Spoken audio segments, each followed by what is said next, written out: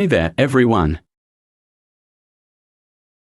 Today, we are talking about how to keep love fresh. Firstly, plan some surprise events for your partner to heed.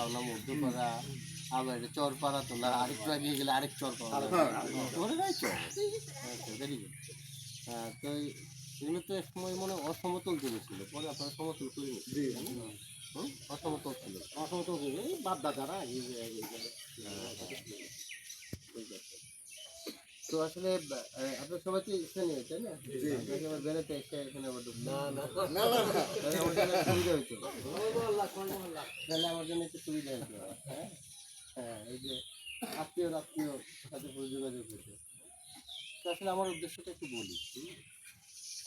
আপনাকে নতুন একটা project হচ্ছে, সেটা হচ্ছে আমাদের বিলুপ্ত প্রায় ফসল যদি কিছু থেকে থাকে, বিলুপ্ত প্রায় ফসল, সেগুলিকে আপনার পুনর্জাগরণ করে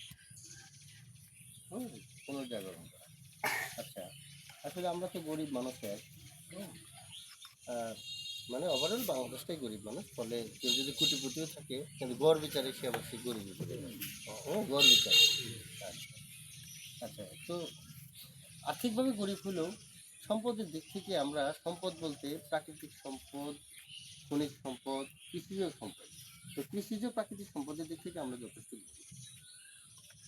এটা হচ্ছে কৃষিজ প্রাকৃতিক সম্পদের কাছে কৃষিজ প্রাকৃতিক সম্পদ। আমি যদি বলেন আমার স্বর্ণের খনি নাই, ওটা কৃষিজ না, ওটা হলো খনিজ সম্পদ। তেলের খনি ওটা তো আমার নাই, গ্যাসের খনি ওটা তো আমার নাই, তারপরে লোহার খনি ওটা তো আমার নাই, ওটা আমার নাই। তাহলে কৃষিজ সম্পদের মধ্যে কি আছে? অনেক জায়গায় আছে ভালো মাছ পাওয়া যায়, হ্যাঁ, ভালো মাছ পাওয়া যায়, নেত্রকোনায় পাওয়া যায়, হ্যাঁ, ওই যে মাসুল মাছ। আচ্ছা, ভালো, অন্য কোথায় পাওয়া যায়। সেই দিক থেকে আমাদের বাংলাদেশটা এবং আমাদের বিভিন্ন অঞ্চলটা অনেক সমৃদ্ধশালী। আপনি ফিলিস্তিনে যান, ইসরায়েলে যান, রাশিয়ায় যান, এত গাছপালা আপনি পাবেন না, এত ফলও পাবেন না। আমি গেছি তো, ওই একটা আপেল আর কমলায় দুইটা ফলে আর কোনো।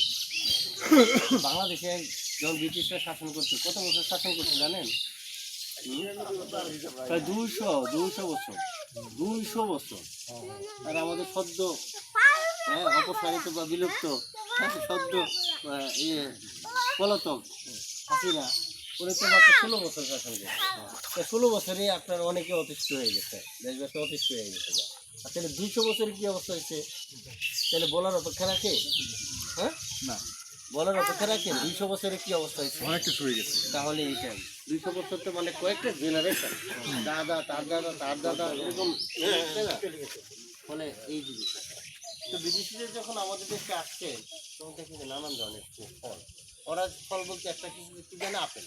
আপেল আপেল এখন দেখা যাচ্ছে চালটা এত বড় হয়, চালটার নাম দিল কি? Elephant apple. Elephant apple. Elephant apple. তারপরে দেখলো যে কামরাঙ্গা, ওটার নাম দিল কি? Star apple.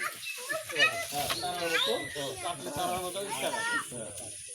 ওকে, তারপরে আরেকটা ফলের নাম দিল, এই যে আমরা শরীফা খাই না, শরীফা, আতাফল, এটার নাম দিল কাস্টার্ড আপেল। মানে যে ফল দেখলেই সামনে একটা পিছনে একটা আপেল লাগে। আপেল ছাড়া আর কিছু না, এই আপেলটা লাগাইছে, আপেল একটা লাগাইছে, যাই কিছু করে পিছনে আপেল, বুঝতে পারছেন? তো এই যে বিভিন্ন ধরনের ফলের সম্পদ,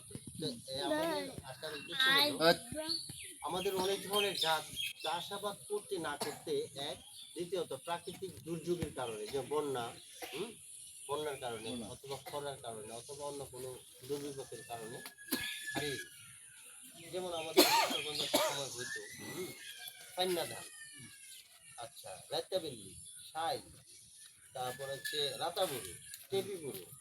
এখন কিন্তু এই ধানগুলো প্রায় নাই।